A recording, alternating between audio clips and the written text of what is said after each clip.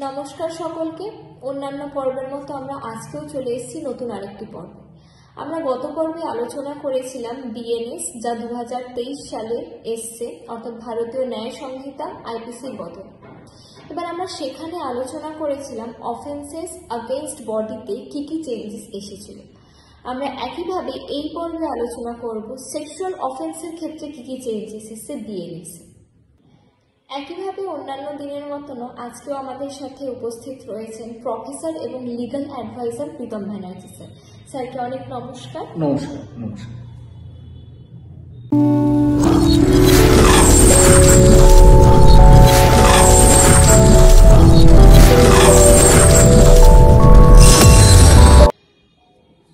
আমরা গত পর্বে যেমনভাবে অফেন্সেস আগেইনস্ট বডি নিয়ে আলোচনা করেছিলাম, ঠিক এই পর্বে সেক্সুয়াল অফেন্সের ক্ষেত্রে কি কি চেঞ্জেস আছে সেখানে সেই আলোচনায় ঢোকার আগে আমরা স্যারের কাছ থেকে একটা কোয়েশ্চেন জিজ্ঞেস করে নেব। স্যার, দেখা যাচ্ছে যে বর্তমানে রাস্তায় যেভাবে নেগলিজেন্সের কারণে প্রচুর মানুষ মারা যাচ্ছে, যেটা র্যাশ ড্রাইভিং এর কারণে হচ্ছে বা হয়তো সিগন্যাল না মানার কারণে হচ্ছে, বহু কারণেই হয়ে থাকছে। এক্ষেত্রে এই যে নেগলিজেন্সে যেটা হচ্ছে র্যাশ ড্রাইভিং এর ক্ষেত্রে, সেখানে কি কোনো চেঞ্জেস এসছে? হ্যাঁ, খুব গুরুত্বপূর্ণ প্রশ্ন। অর্থাৎ কজিং ডেথ বাই নেগলিজেন্স, এটা আমাদের পুরনো আইপিসি অর্থাৎ আগের আইন ইন্ডিয়ান পিনাল কোড 1860 তার সেকশন 304A এই সেকশনে বলা ছিল যে if the death is caused by negligence, that means whoever causes the death by any rash work or negligent work, death of any person, then in that case for that rash act punishment may extend up to 2 years imprisonment or with fine. তা বর্তমানে সেটা এই 304A ধারাটা এখন উঠে গেছে, এখন নতুন বিএনএস অর্থাৎ ভারতীয় ন্যায় সংহিতা 2023 অনুযায়ী সেখানে সেকশন 106 সাবসেকশন 1-এ বলা আছে যে whoever causes death by doing any act means any negligent or rash act and death not by culpable homicide, that means other than culpable homicide, তাহলে সেক্ষেত্রে পানিশমেন্ট বলেছে punishment May extend up to 5 years and fine। তাহলে ওই পানিশমেন্টের পরিমাণ বেড়ে গেছে, অর্থাৎ সেটা যেটা আগে ছিল 2 বছর এখন সেটা হয়ে গেছে 5 বছর এবং ফাইন। আর শুধু তাই নয়, এটা সেকশন 106 যে নতুন মানে বিএনএস এর যে সেকশন তার সাবসেকশন 2-তে বলা আছে যে এই রকম দেখা গেল কোনো ড্রাইভার সে অ্যাক্সিডেন্ট করে কোনো লোককে মেরে দিয়েছে, run over hit and run case, এবং করে সে ওই ঘটনাটা যদি নিয়ার বাই ম্যাজিস্ট্রেটকে যদি সে ইনফর্ম না করে বা দেখা গেল সে পুলিশকে যদি ওটা ইনফর্ম না করে, তাহলে সেই পানিশমেন্টটা তখন তার বেড়ে কিন্তু 10 বছর পর্যন্ত হয়ে যেতে পারে, অর্থাৎ 5 years না এক্সটেন্ড আপ টু 10 years। তার মানে অ্যাক্সিডেন্ট হিট অ্যান্ড রান কেসের ক্ষেত্রে যদি লোকের ডেথ হয়ে যায়, তাহলে সে যে ড্রাইভার এই অ্যাক্সিডেন্টটা করছে তাকে অবশ্যই এই নতুন আইন অনুযায়ী ম্যাজিস্ট্রেট বা পুলিশের কাছে গিয়ে তাকে এটা রিপোর্ট করতে হবে। আর যদি সেটা সে না করে তাহলে সেই পানিশমেন্টটা কিন্তু তার বেড়ে গিয়ে তাহলে সেটা 10 বছর পর্যন্ত হয়ে যেতে, এটাই সেকশন 106 সাবসেকশন 2-তে বলা আছে। আচ্ছা স্যার, পরবর্তী প্রশ্নে আসছি। এটা তো গেল হিট অ্যান্ড রান কেস। অনেক ক্ষেত্রে দেখা যায় যে মেডিকেল প্র্যাকটিশনার বা যারা ডাক্তার থাকেন তাদের নেগলিজেন্সের কারণে অনেক পেশেন্ট মারা যায় বা অনেক পেশেন্টকে হয়তো ওই মারা যাওয়ার থেকে একটা ভয়ঙ্কর পরিস্থিতিতে তার সারা জীবন কাটাতে হয়। এক্ষেত্রেও কি কোনো চেঞ্জেস এসেছে বিএনএস-এ? হ্যাঁ, খুব গুরুত্বপূর্ণ প্রশ্ন।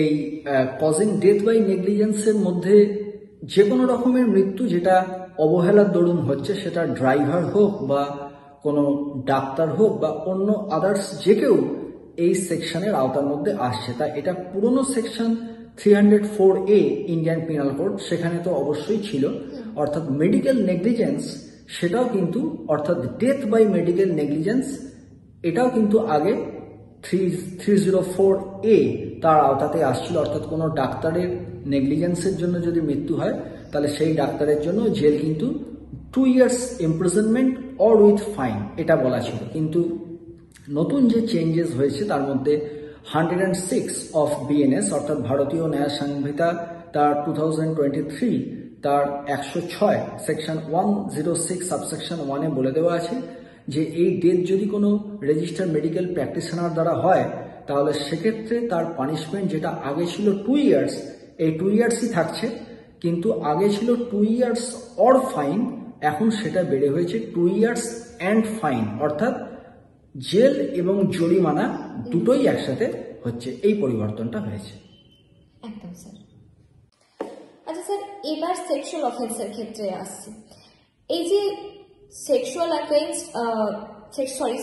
অফেন্সেস যেটা, সেটা আগে যেমন আইপিসিতে আমরা দেখেছিলাম যে অফেন্সেস অ্যাগেনস্ট বডিতে ছিল, সেটা কি বিএনএসেও একইভাবে অফেন্সেস অ্যাগেনস্ট বডিতে রয়েছে? হ্যাঁ, খুব ভালো প্রশ্ন। এই সেক্সুয়াল অফেন্সেস এটা অরিজিনালি ইন্ডিয়ান পিনাল কোডে এটা চ্যাপ্টার 16, এই চ্যাপ্টার 16-এর মধ্যে মানে যেটা কভার করতো সেটা হচ্ছে অফেন্সেস অ্যাফেক্টিং দ্য হিউম্যান বডিও যেমন ছিল, সেই তার মধ্যে সেক্সুয়াল অফেন্সটাও ওর মধ্যে ইনসার্টেড ছিল। অর্থাৎ চ্যাপ্টার 16 অফ আইপিসি এটা হচ্ছে অফেন্সেস অ্যাফেক্টিং হিউম্যান বডি, তার সেকশন 299 থেকে 377 একদম আনন্যাচারাল অফেন্স অব্দি পুরোটাই কভার করা থাকতো offences against the human body.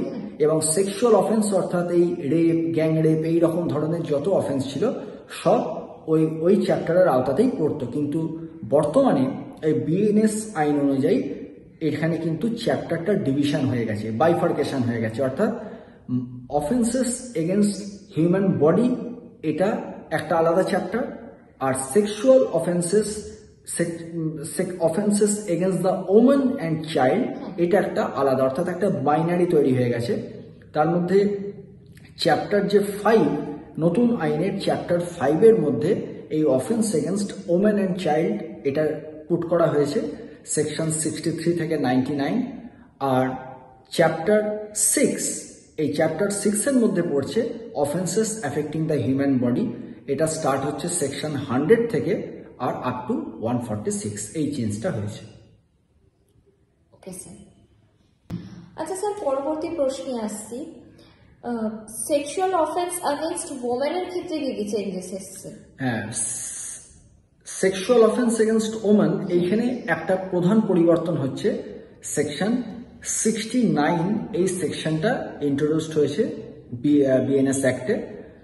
এই সেকশন 69-এর বক্তব্য হচ্ছে যে if any person making any false promise to any woman or means by making any deceitful means have sexual intercourse with that woman, তাহলে সেটা হচ্ছে পানিশেবল এবং সেই পানিশমেন্টটা 10 বছর পর্যন্ত এক্সটেন্ড করতে পারে।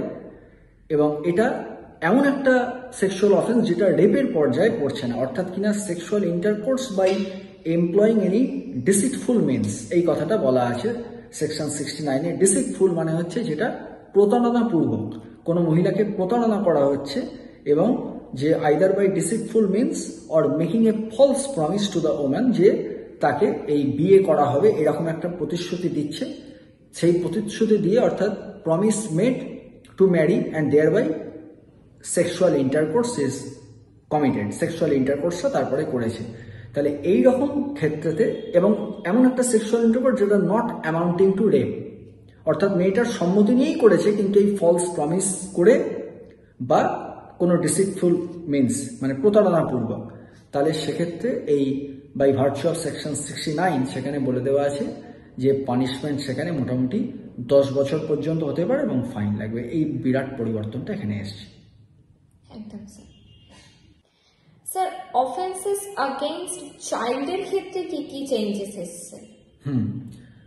সেকশন 95 অফ বিএনএস অ্যাক্ট, এখানে এই পরিবর্তনটা এসছে। এবং এই 95 বিএনএস অ্যাক্টে বলা আছে যে in case of hiring or employing or engaging a child to commit an offence, অর্থাৎ কেউ যদি কোনো একটা বাচ্চাকে দিয়ে যদি কোনো একটা অপরাধ ঘটায়, তা দেখা গেল বাচ্চাটাকে সে কাজে লাগিয়ে সেই বাচ্চাটা সে একটা কোনো অপরাধ করে ফেলেছে, he has committed some offence, তাহলে সেক্ষেত্রে সেই অফেন্স যদি সেই বাচ্চাটা করে ফেলে তাহলে একরকম, আর না করলে একরকম। দেখা গেল সে বাচ্চাটাকে হায়ার করেছে বা তাকে একটা কিছু প্রভোকেশন দিয়েছে কোনো একটা অপরাধ করার জন্য, কিন্তু বাচ্চাটা সেই কাজটা এখন অবধি করেনি, তাহলেও সেক্ষেত্রেও যে লোকটা বা যে ব্যক্তি তাকে হায়ার করছে তার পানিশমেন্ট সেখানে 3 বছর থেকে আরম্ভ করে এটা 10 বছর পর্যন্ত পানিশমেন্ট হতে পারে। মানে for hiring, engaging or employing the child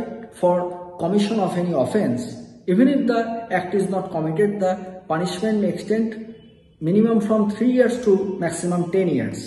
But if the offense is committed actually by the child, then that person will be convicted like that of the offender. কিন্তু অপরাধটা যদি ওই শিশুটা যদি করে ফেলে, অর্থাৎ যে বাচ্চাটাকে তিনি হায়ার করেছে সে যদি সেই অপরাধটা যদি করে ফেলে, তাহলে তার ক্ষেত্রে সেই লোকটার শাস্তি, মানে যে ওই বাচ্চাটাকে কাজে লাগিয়ে এই অপরাধটা করলো, সেটা কিন্তু তার ওই 95 সেকশন অনুযায়ী নতুন আইনের, সেক্ষেত্রে কিন্তু তার অপরাধটা হবে সেই যেন নিজে ওই অপরাধটা করেছে, অর্থাৎ অফেন্ডারের যা সাজা সেই সাজাটাই কিন্তু যে লোকটা বাচ্চাটাকে হায়ার করছে তার হয়ে যাবে। একদম স্যার। সুতরাং আমরা এই পর্বে আলোচনা করলাম যে সেক্সুয়াল অফেন্সের ক্ষেত্রে কি কি চেঞ্জেস এসছে। আমরা গত পর্বে আলোচনা করেছিলাম যে অফেন্সেস এগেইনস্ট বডির ক্ষেত্রে কি কি চেঞ্জেস এসছে। এই পর্ব আমরা আজকে এখানেই শেষ করলাম এবং পরবর্তী পর্বে আমরা আবারও আলোচনা করব ঠিক একইভাবে আরও কোন কোন অফেন্সের ক্ষেত্রে কি কি চেঞ্জেস এসছে। স্যারকে অনেক ধন্যবাদ আমাদের সাথে থাকার জন্য এবং চেঞ্জেসগুলো এত ভালোভাবে বুঝিয়ে দেওয়ার জন্য। আমরা পরবর্তী পর্বে আবারও হাজির হব ঠিক এরকমই আরেকটি ইউজফুল আলোচনা নিয়ে। ততক্ষণের জন্য স্যারকে নমস্কার। নমস্কার।